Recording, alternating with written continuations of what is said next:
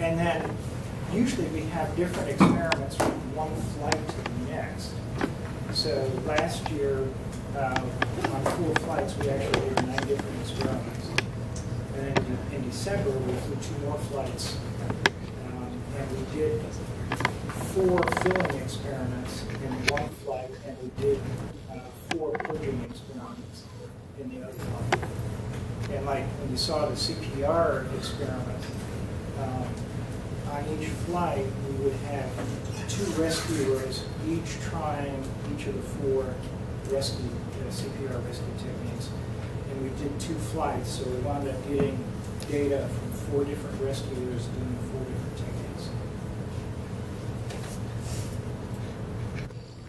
What do you do during the 2G part? You just stand, you brace yourself when you're doing the coming back up?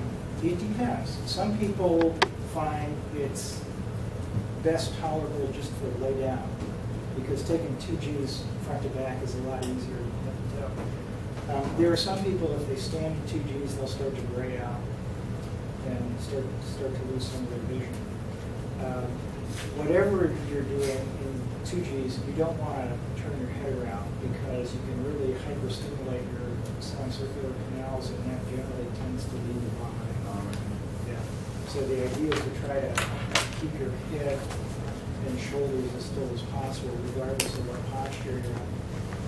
I seem to tolerate the GZ pretty well, and so I try to stand right next to my experimenter doing the 2 Gs. And the advantage of that is you don't have to go from laying down to getting in position to do what you need to do once the 0G comes on. So you buy 3 or 4 seconds at the beginning of the 0G period, and then you can work all the way through the 0Gs rather than having to worry about getting in position for when the Gs start to come back on. But there are some people that can't, and there's no predicting it, and I'm not sure that there's a whole lot we can do to change that. We're all put together a little bit differently.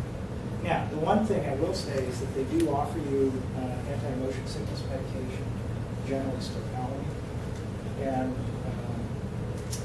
for me, a little scope goes a long way. If I take the recommended dose of scopolamine for someone my size, I am virtually comatose.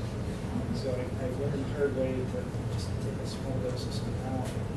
Keith, on the other hand, I don't think you take anything. You tolerate the last flight really well. Yeah, but I found it's much better for me, if I lie down. Yeah. Any other questions? I have one. Yeah. Can I go next time? I didn't get to go. Sheeta went, but I didn't get to go. Sure, why not? He took mine. Oh, you took your question. Yeah. Well, we will not be flying this year. I'm actually in the process with Keith and some others putting together grant proposals so hopefully we can fly next year.